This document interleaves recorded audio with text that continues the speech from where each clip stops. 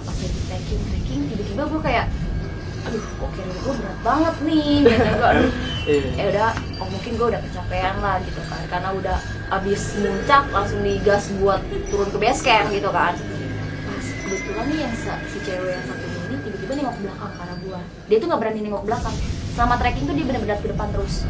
Dia nengok ke belakang ngeliat gue kayak nunjukin raut ketakutan. Jadi tuh teman cewek gue tuh cuma narik ini doang ini tangan gue ya ini tangan temen gue narik gini doang.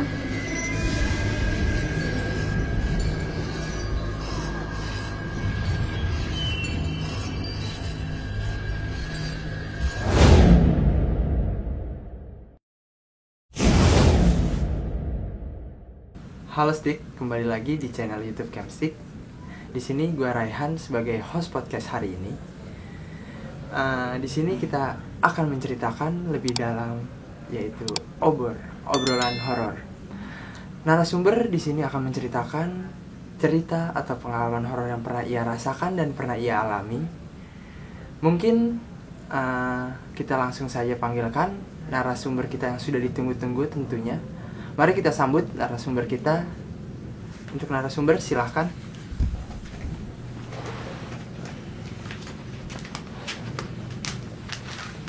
Aduh, rasa-rasanya sudah kedatangan kita narasumber di sini untuk menceritakan obrolan horor yang pernah ia rasakan. Untuk itu untuk narasumber boleh memperkenalkan diri terlebih dahulu mungkin. Halo Stick, kenalin nama gue Kecapi dari angkatan Isa Kalbut. Di sini gue diundang jadi narasumber buat apa ya? Obor ya? Obor. Oh iya, obor. Ya di sini obrolan horor tentunya. Mungkin keadaan di sini mungkin sangat mencekam dan cocok lah untuk kita menceritakan horor yang pernah narasumber alami atau rasakan. Oke Stick, gue udah bersama narasumber yang ditunggu-tunggu tentunya. Di sini narasumber akan menceritakan pengalaman horor yang pernah dialami saat berkegiatan alam tentunya. Mungkin narasumber bisa langsung menceritakan kejadian horor atau pengalaman yang pernah dirasakan. Karena itu silahkan untuk narasumber menceritakan tentang pengalaman. Oke, boleh. Jadi waktu itu kejadiannya tahun 2019 bulan Agustus kalau nggak salah tuh. Itu berarti 2 tahun lalu lah ya. Nah jadi kondisinya waktu itu gua mau ngambil nomor itu pengembaraan di pendidikan di Camstick kan. Nah waktu itu gua ngambil untuk ke Gunung Sindoro. Berlima tuh, gua 2 cowok 3 cewek. Nah gua punya tujuan khusus tuh waktu itu gua buat meneliti kebutuhan BMR untuk mendaki Gunung Sindoro gitu loh. Kalau boleh tahu BMR itu apa sih Kak? BMR itu Basic Metabolic Rate. Nah itu jadi itu untuk menghitung kebutuhan kalori yang kita butuhkan dalam berkegiatan gitu. Iya. Nah jadi tuh waktu awal akhirnya kan gue dari Jakarta tuh kan bareng sama tim gue. Yang kebetulan gue tuh yang ketuanya. Gue yang mimpin keberangkatan waktu itu ke Sindoro. Gue berangkat dari sini di Jakarta, terus gue naik bis tuh sampai di sana. Gue nyampe tuh di base campnya kan. Nah di base campnya itu gue ditanya tuh yang cewek-cewek khususnya sama penjaganya, mbak ini ada yang lagi halangan nggak gitu kan. Terus kita jawab dong, oh enggak mas, emang ada apa ya, kita tanya dong. Iya jadi di sana kalau buat ke Sindoro buat ikut muncak gak bisa nih buat yang cewek-cewek yang lagi halangan. Katanya emang itu udah jadi kayak adat di sana lah gitu loh. Katanya untuk menghindari kecelakaan atau hal yang tidak diinginkan. Ya udah dong, di situ kita fine aja karena kita di situ lagi nggak ada yang halangan kondisinya. Tapi sebenarnya itu tuh udah masuk ke tanggal-tanggal harusnya gue halangan. Tapi gue nggak ada tanda-tanda nih, karena bisa kalau cewek kan kalau mau dapat itu sama ada tanda-tanda ya. Dan gue selama beberapa hari itu nggak ada tanda-tanda sama sekali. Jadi gue ngerasa kayak oke, fine aja nih gue. Nah gue udah mulai trekking pagi, itu ngelewatin perumahan dan perkebunan warga sampai nyampe di pos 1, terus lanjut ke pos 2. Itu di pos 2 tuh ada warung di sana, warung. Emang jadi kita istirahat lah di situ, kita makan siang. Nah trek beratnya itu mulai kerasa tuh dari pos 2 ke pos 3 karena udah mulai agak curam gitu kan, banyak batu-batuan. kita ngecamp tuh akhirnya di pos 3. Di pos 3 kan ada warung tuh. Warung yang biasanya kalau misalnya ngedaki Gunung Sindoro pasti tau lah, namanya Mbah Kuat. Mbah Kuat. Nah gue udah dikasih tahu tuh sama temen gue waktu pas gue mau ngedaki Sindoro, Pi salam tuh buat Mbah Kuat. Ya udah gue ngobrol dong sama Mbah Kuat. Gue tanya-tanya juga tuh yang soal kenapa sih emang cewek yang kalau lagi halangan gak boleh naik ke sini. Terus kata Mbah Kuat, boleh kok sebenarnya, cuman nggak boleh ikut muncak katanya. Paling cuma ikut sampai ke pos 3. Oh gitu, emang kenapa? Ya katanya ya untuk menghindari lah katanya gitu. Karena katanya kadang ada beberapa kondisi Gunung Sindoro itu ditutup buat pendakian, atau yang lagi ngedaki itu ditahan dulu untuk jangan turun. Kalau misalnya lagi ada warga yang meninggal di malam apa gitu, jadi kayak ada malam kayak kalau misalkan yang horor-horor kan misalnya malam Jumat Kliwon gitu kan. Jadi kayak ada malam tertentu yang kalau misal ada warganya meninggal itu nggak boleh ada pendakian ke Sindoro di warga setempatnya ya. Terus oh gitu ya, berarti kita nggak apa-apa nih sebenarnya kalau ngedaki gitu. Sempat ngobrol dong sama Mbak Kuat, oh nggak apa-apa gitu loh. Ya udah tuh akhirnya paginya gua muncak tuh ke Sindoro. Nah selama gue perjalanan pos ke pos itu kan gue kan sekalian meneliti kebutuhan kalori yang dibutuhin, karena gue lagi mencari BMR yang dibutuhkan untuk mendaki ke Gunung Sindoro. Pokoknya setiap pos gue melakukan penelitian, mendata kayak gitu kan, nyampe ke puncak. Terus biasalah kan, biasanya kalau ke Gunung Sindoro itu emang minim pendaki cewek, minim sih itu. Jadi sekalinya dari gue datang pos 3 aja tuh gue langsung kayak diliatin nih sama cowok-cowok nih, aduh mungkin diliatin nih, kayak aneh gitu ya. Maksudnya ada yang berani gitu ya, maksudnya, atau gimana ya, maksudnya kan jarang gitu ya Kak, pendaki cewek nih kali ini kedatangan gitu pendaki cewek, kayaknya berani banget gitu. Tapi jadi resiko besar nih buat pendaki cewek sebenarnya. Oh sebenarnya? Iya. Ya jadi auto digodain lah biasa. Gitu. Dan anehnya nih ya, tim gue tuh bukannya menolong gue, bilang udah nggak apa-apa mas, nggak apa-apa. Jadi aduh gue kayak wah, gue merasa dibuang nih sama mungkin nih Sobat Stik nih, kenapa diganggu kakak ini mungkin ya karena pesonanya mungkin. Aduh. Yang bisa menarik cowok-cowok pendaki lain gitu kan. Enggak sih, gimana tuh? Mau pakai masker sih. Jadi kelihatan cantik ya pakai masker. Iya, benar. Jadi masih aman. Kalau belum dibuka aja maskernya itu. Iya. Nah, terus akhirnya gue akan muncak tuh. Pas muncak kan kalau di Sindoro itu, kalau bagian muncak itu udah batu-batuan tuh ya, pasir. Jadi tapi nggak terlalu licin sih. Kan kalau misalnya Semeru kan benar-benar pasir batu itu kan. Ya. Kalau misalnya di Sindoro ini masih enggak terlalu. Muncak tuh akhirnya jam berapa tuh Kak? Muncak nyampe itu sekitar jam 10-an. Jadi emang batasnya di Sindoro itu nggak boleh di atas jam 10 sebenarnya buat di puncak, karena belerangnya masih tinggi. Bahaya kan untuk buat paru-paru. Habis muncak kita foto-foto, kenalan sama pendaki-pendaki lain juga, kita turun. Nah kan pas turun itu udah capek ya kondisinya. Udah nggak ada aura-aura cantiknya lagi. Udah nggak ada. Tapi tetap masih banyak yang nempel sih. Asik. Tapi manusia. Belum yang lain gitu ya. Jangan dong. Terus muka jadi hitam-hitam tuh karena pasir-pasir. Turun akhirnya nyampe ke camp, beres-beres, kita mau langsung ngejar bis terakhir buat pulang ke Jakarta. Itu kalau boleh tahu sekitar pukul berapa tuh Kak? Itu nyampe di pos 3 itu sekitar jam 2, jam 3-an sore. Oh sore. Udah sore tuh. Udah mulai gelap berarti ya Kak? Iya udah mulai agak gelap dan emang agak mendung. Waktu itu kita mikir wah kayaknya mau hujan nih. Tapi kita udahlah berdoa aja, udah moga-moga nggak hujan karena treknya bakal licin kalau buat turun kan. Dan perjalanan dari pos 3 ke pos 2 itu lumayan lama, bisa 3 jam kalau buat trekking santai gitu.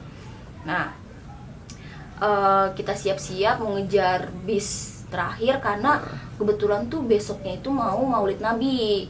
Jadi emang ada salah satu tim kita yang emang mau ngejar buat ikut kegiatan itu sama keluarganya. Jadi ya udahlah, yang tadinya kita mau nginep semalam lagi nggak jadi kan. Udah kita turun. Di perjalanan pos 3 itu masih fine-fine aja. Terus akhirnya nyampe di pos 2 itu sekitar mau masuk maghrib. Udah mau masuk maghrib. Akhirnya kita makan dulu, ngangetin badan di pos 2. Terus abis maghrib kita mau lanjut trekking buat ke base camp. Tiba-tiba pas lagi kita mau mulai trekking, ada bapak-bapak nih nyamperin, Mbak, Mas mau ke base camp? Iya Pak, kenapa? Kita tanya dong. Iya ini ojek mau dianterin nggak ke base camp? Nah kita bingung dong, Trek dari pos 2 ke kan ini kalau misalnya di Sindoro itu pos satunya ada pos bayangan ya. Kita nyebutnya kalau kita nyebutnya kalau nggak pos bayangan atau pos 1,5. Karena posisinya itu di antara pos 1 sama pos 2. Oke, di tengah-tengahnya. Ya. Dari pos 1,5 ini ke pos 2 itu emang udah mulai nutup tuh jalanannya. Udah kanan kiri udah pohon sebenarnya. Lebat lah gitu ya. Makanya kita bingung lah naruh motor di mana nih, karena di pos 2 nggak ada motor kan. Ya setahu ya positif thinking kita ya emang nggak ada motor gitu di jalur tersebut. Iya gitu, kan? Maksudnya seharusnya nggak di situ tuh motornya. Nah itu. Mungkin itu tuh. Terus ya udah kan karena emang kita mau ngejar bis terakhir, kan kita ada 3 cewek. Nah salah satu cewek di regu gua buat berangkat. Gua tetap masih ikut bareng trekking nih sama tim gua. Nah ternyata pas lagi jalan nih lagi jalan masuk ke yang jalan setapak, ternyata ada motor nyelip-nyelip nih di balik pohon-pohon. Terus bapak-bapaknya itu parkir di situ. Ya, pertanyaan gua kejawab dong. Pantesan ternyata ada motor di sini nih. Oh, ya udah gitu. Kan. Masih berpikir positif nih kayaknya nih. Masih positif vibes banget lah yang di situ. Nah, pas udah akhirnya salah satu tim gua udah naik ojek buat ke base camp. Nah, udah mulai gelap, akhirnya kita pada ngeluarin headlamp kan. Itu udah maghrib lewat. Sama trekking itu formasinya cowok cewek gitu loh, kan tinggal berempat nih. Iya. Nah kebetulan tuh gue yang paling belakang, karena yang cewek yang satu lagi tuh emang kondisi fisiknya tuh yang gampang drop gitu loh. Jadi gue mikirnya udahlah dia di depan dan gue emang pengen paling belakang gitu kan. Dan sebenarnya teman gue yang di depan ini cewek emang suka punya cerita-cerita yang horor gitu deh. Jadi kayak gitu ya. iya, jadi kayak gampang ketempelan kayak gitu-gitu. Makanya akhirnya yaudahlah gue taruh di depan aja di antara 2 cowok. Nah, kan kita masih bawa carrier kan. Nah, biasanya kan kalau kita habis ngedaki tuh carrier tuh udah agak ringan dong karena perbekalan udah nggak ada. Seharusnya. Air udah nggak ada gitu kan. Paling cuma tinggal sebotol lah gitu, udah ringan lah gitu kan. Nah, pas sama trekking tuh ada nih temen cowok gue yang di depan gue. Dia tuh carriernya enteng gitu, cuman emang disangkutin sama trash bag isi sampah. Nah, jalanan tuh dia pakai headlamp kan. Jelas nih trekking mana. Ini jalanan landai, tiba-tiba dia jatuh. Dia jalanan landai, tiba-tiba jatuh, tiba-tiba kepleset. Gue kayak, ini orang kenapa sih gitu kan. Nah yaudah tuh, gue masih kayak, ya udah biasa aja. Nah, pas lagi trekking, tiba-tiba gue kayak, aduh kok kayak gue berat banget nih. Gitu gue, aduh, ya udah, mungkin gue udah kecapean lah gitu kan. Karena udah abis muncak langsung digas buat turun ke base camp gitu kan. Ya udah, gue mikir, gue kecapean. Gue jalan, tiba-tiba kayak gue tuh ngobrol sama diri gue sendiri tuh di situ. Udah, gue mau nyantai dulu aja, mereka udah pada duluan. Toh jalannya juga cuma satu jalan, gue bakalan ketemu jalan keluar, gue mikir gitu kan. Ya udah, gue malah diem sampai gue udah kepisah hampir 5 meter sama rombongan di depan, sama rombongan tim gue. Sadar dong, ada yang sadar. Pi, ayo cepet. Ya udah jalan duluan. Enggak, ayo bareng kan. Karena kita nggak boleh misah dong, ya nggak sih? Iya benar. Nah, akhirnya gue nyusul ke jalan. Tapi kayak gue tuh rasanya tuh pengen misah sama tim gue pengen trekking sendiri aja, nggak mau bareng sama mereka. Tapi gue di situ belum ada pikiran aneh-aneh sih, karena gue mikirnya emang udah gitu, gue pengen nyantai dulu gitu. Kalau karena emang waktu itu yang si cewek ini udah nggak betah, pengen cepet-cepet turun gitu kan. Terus ya udah, gue jalan coba pelan-pelan. Terus sebenarnya gue dalam pendakian tuh di antara gue 3 cewek, gue tuh yang sebenarnya paling sabar kondisinya gue tuh paling sabar, walaupun gue sebenarnya di kesadaran suka marah-marah gitu kan. Jadi emang yang 2 cewek ini sama dari yang pendakian awal sampai turun itu yang demennya marah-marah gitu loh, ngedumel. Nah gue tuh tipikal yang kayak ya udah gue nenangin, gue ngelerai. Tapi itu bener-bener aneh banget, tiba-tiba pas lagi gue trekking turun ke bawah, gue jadi temperamen, gue bener-bener jadi pemarah. Kayak gue akhirnya ditegur berkali-kali kan, karena gue misahin diri mulu. Gue kayak mereka mulai jalan, gue diem sampai udah kepisah 5 meter, sampai udah agak belokan, akhirnya gue udah nggak kelihatan nih rombongan depan, gue udah bener-bener pisah sampai kayak gitu. Terus gue kayak pasti tampilin dulu, ayo Ki cepet. Gue jadi malah bales marah, apaan sih, sabar sih, ya udah kalau mau jalan duluan aja. Udah ngegas gue di situ.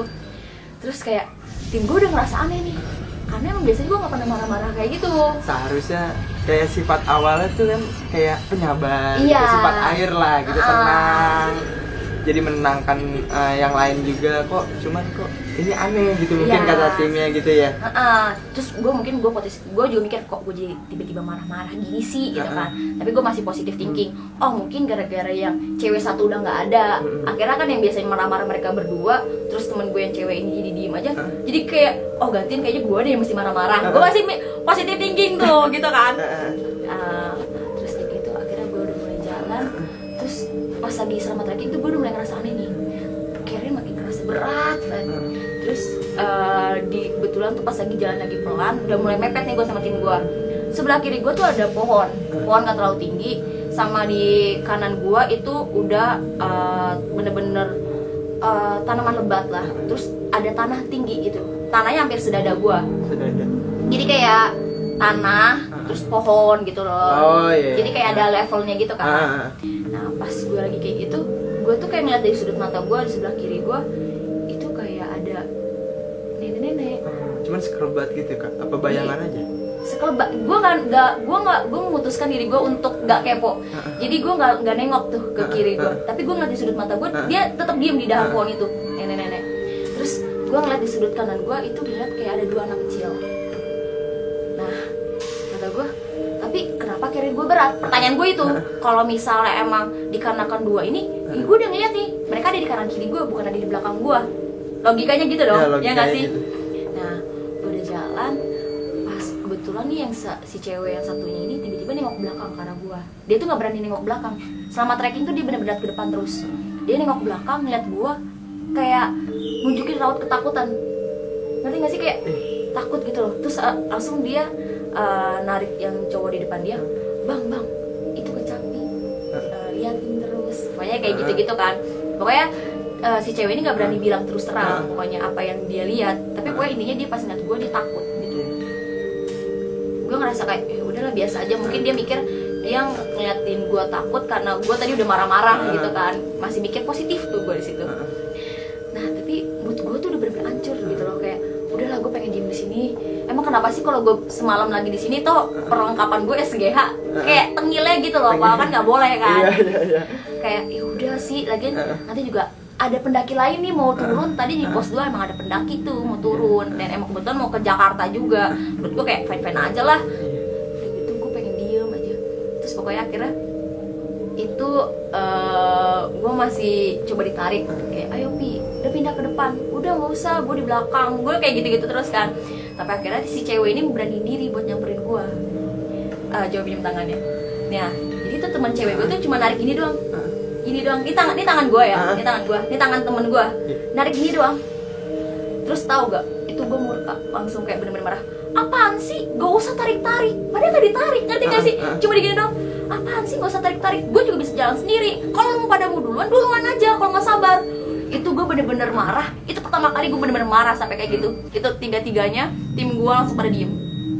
Bingung dong mau kayak gimana, karena kondisi gue itu pas selama jalan itu udah mulai kan, tadi kan gue udah bilang ya, kanan gue tuh tanah gitu kan, jalan gue udah merayap gini. Jadi gue jalan ke depan, tapi badan gue begini. Jadi gue ambil ngerayap, tapi kaki gue ngelangkah ke depan, tapi badan gue ambil begini, ngerayap tangan gue.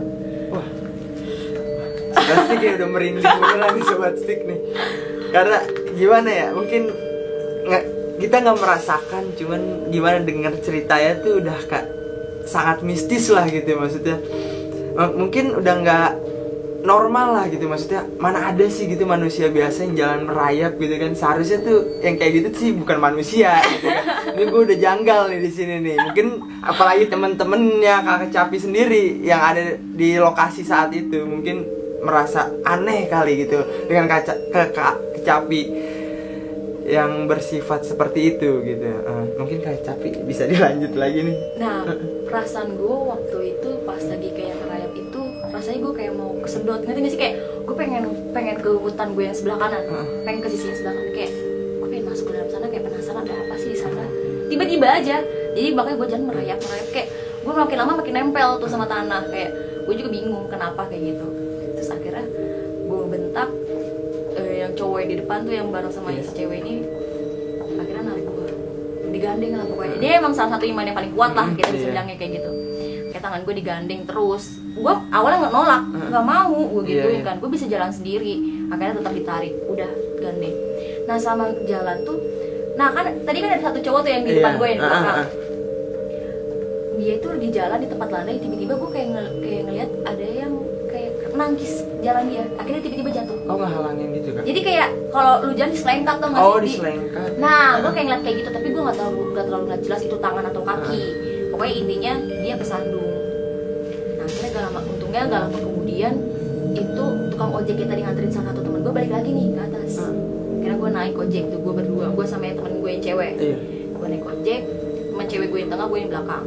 Udah tuh kita diturunin di perkebunan karena biar si abang gojek ini bisa balik lagi. Iya bisa balik lagi gitu kan, karena udah takutnya kemalaman kan.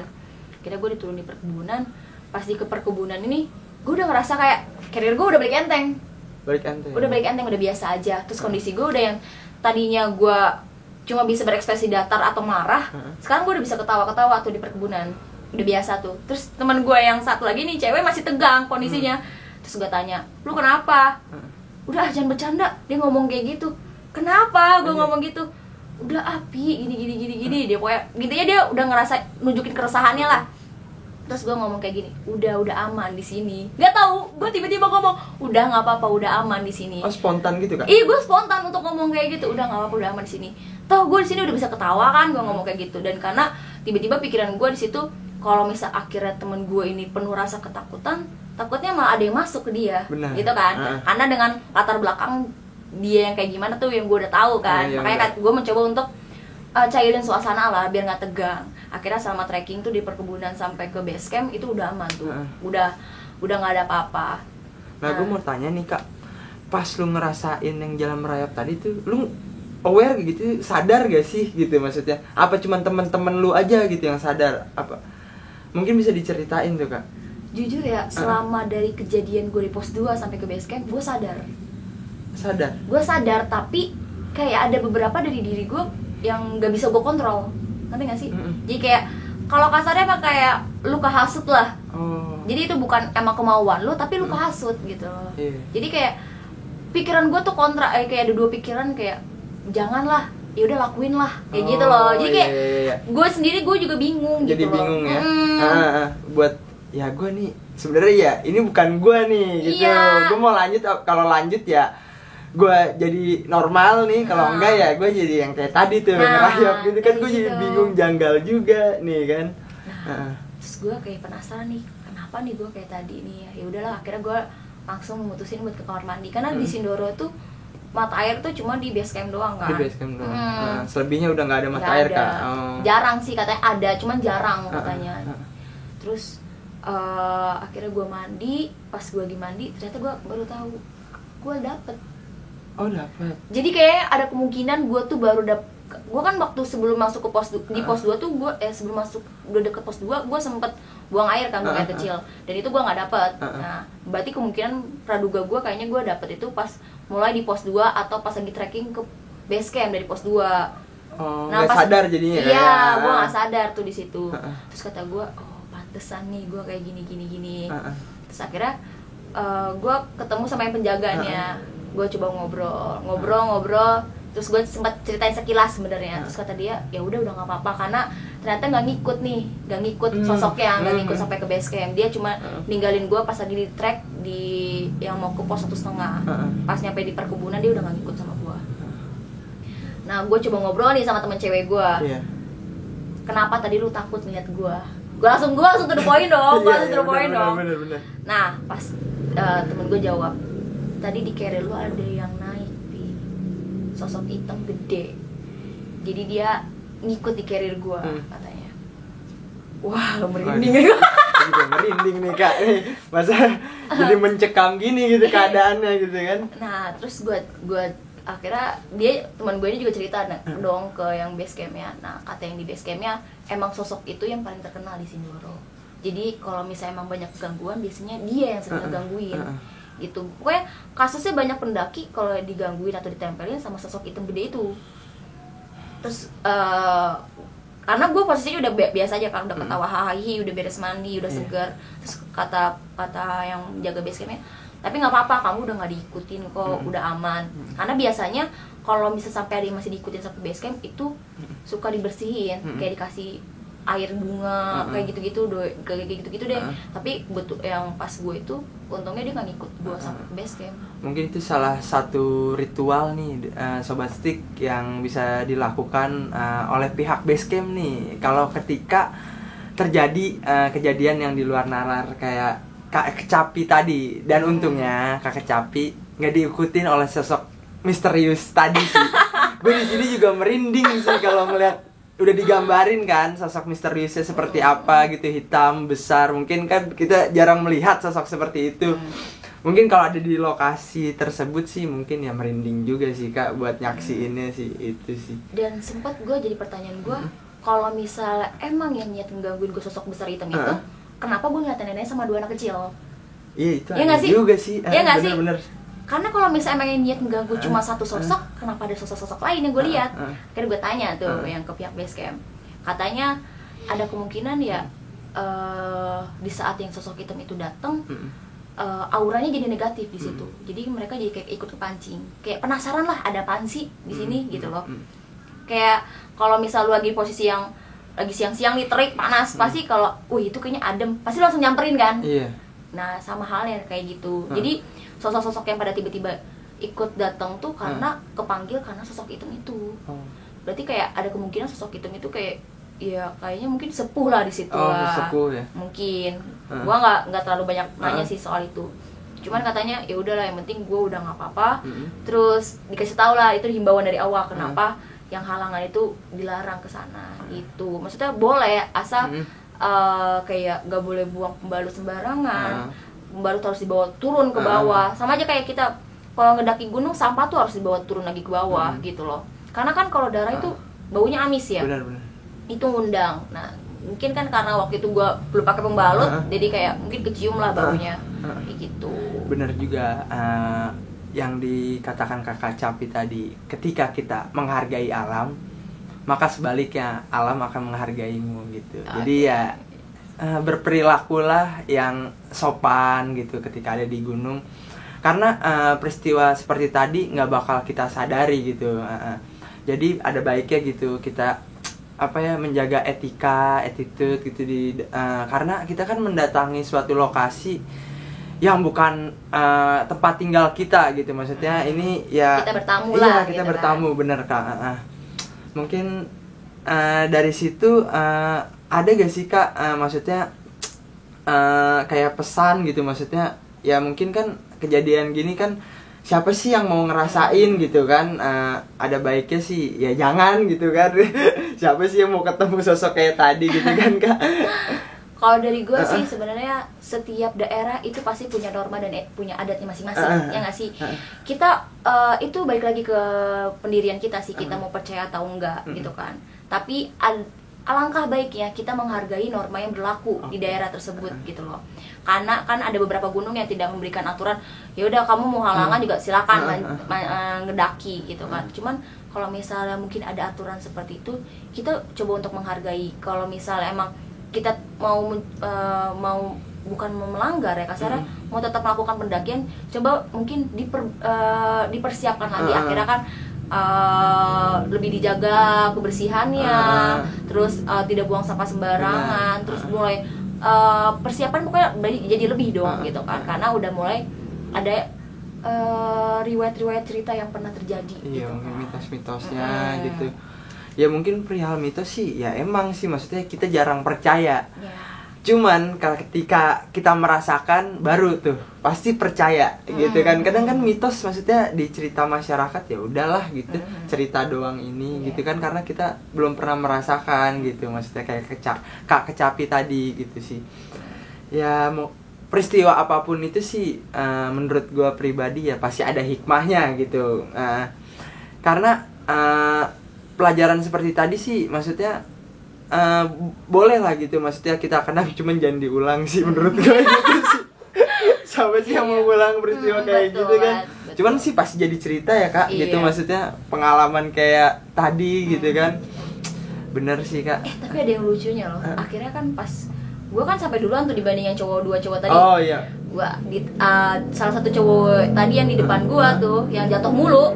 tiba-tiba nanya, Pi lu kenapa, lu nggak apa-apa? Dia langsung nanya gitu, gua nggak apa-apa. Terus gua langsung nanya, tadi lu ngerasa aneh nggak sih, lu kenapa jatuh mulu? Iya Pi, tadi pas gue jalanan landai nih, nggak ada pohon, nggak ada apa, tapi kaki gue kayak ngerasa ada yang nahan, kayak diselengkat itu yang tadi gue bilang, gue ngerasa ngeliat dia diselengkat, ternyata dia ngerasain juga kayak ada yang nyentuh kakinya itu. Wah berarti yang ngerasa ada 3 orang nih, gue, yang cewek sama yang cowok ini. Bener. Cuman yang cowok satu lagi tuh yang kata gue yang kuat tuh memilih untuk diam sih sampai akhir. Mungkin sih sadar gitu ya kan, mungkin dia karena mau menguatkan gitu yang ada di situ biar nggak panik gitu kan. Jadi ya fine aja gitu dengan kondisi di situ. Sebenarnya sih nggak fine aja. Bener. Ya maksudnya ya sebenarnya ada lucunya gitu, cuman ada misteriusnya gitu ya, aduh. Iya. Ya campur aduk lah gitu ya kak. Ya udah, gitu sih paling cerita dari gue. Iya sih, ya segitu, cuman ya gimana gitu, gue ngerasain sebagai hostesnya tuh ya merinding aja sih gitu. Karena gue pribadi pun nggak pernah gitu, belum pernah sih, jangan sampai lah gitu merasakan kejadian tersebut. Siapa sih yang mau disamperin makhluk misterius tersebut gitu kan. Ya pesan dari gue ya udah ambil hikmahnya aja gitu. Mungkin dari kejadian tersebut ya ketika ada baiknya ya diambil, ketika ada tidak baik ya dijauhkan lah gitu. Maksudnya ya ada kalanya kita sebelum berkegiatan alam seperti tadi ya, satu ya persiapan yang matang gitu, jangan lupa berdoa gitu. Jadi karena apa ya, maksudnya fisik juga berpengaruh kan kayak dalam keadaan tersebut gitu kan, kita bisa aja suges gitu padahal nggak ada gitu. Jadi kita merasa ada karena kita padahal nih karena kita lelah sih, menurut gue sih gitu ya kak. Oke Stik, mungkin kita udah di penghujung acara nih Stik. Jadi nggak kerasa gitu, mungkin karena cerita yang diceritakan Kak Kecapi itu sangat apa ya, maksudnya menegangkan gitu. Nggak kerasa jadi udah di penghujung acara aja nih gitu. Mungkin apa ya, gue di sini ya satu merinding sih tentunya sih dengar cerita kayak gitu sih, karena gue nggak pernah ngerasain kan gitu. Jangan sampai sih ngerasain. Maksudnya ya ada baiknya kita jangan melanggar lah aturan yang udah berlaku di alam tersebut. Karena mungkin kalau kita nggak ketika kita melanggar aturan tersebut ya kita kan nggak tahu apa yang terjadi gitu kan di sana. Mungkin ya ada baiknya ya bolehlah kita percaya dengan aturan tersebut, tapi ya jangan sampai dilanggar sih. Itu aja mungkin untuk Sobat Stik. Terima kasih sudah mau menonton dari awal sampai akhir acara obor atau bisa disebut obrolan horor ini bersama narasumber yang tentunya pembahasannya itu sangat detail lah perihal cerita misteriusnya ini dan horornya ini ya kan. Jangan lupa di subscribe, like dan komen channel YouTube Camstik ini karena sangat membantu like, komen, subscribe-nya untuk kemajuan channel ini. Gua Rehan pamit undur diri. Gue Kecapi. Sampai jumpa di acara selanjutnya. Salam rimba, salam lestari.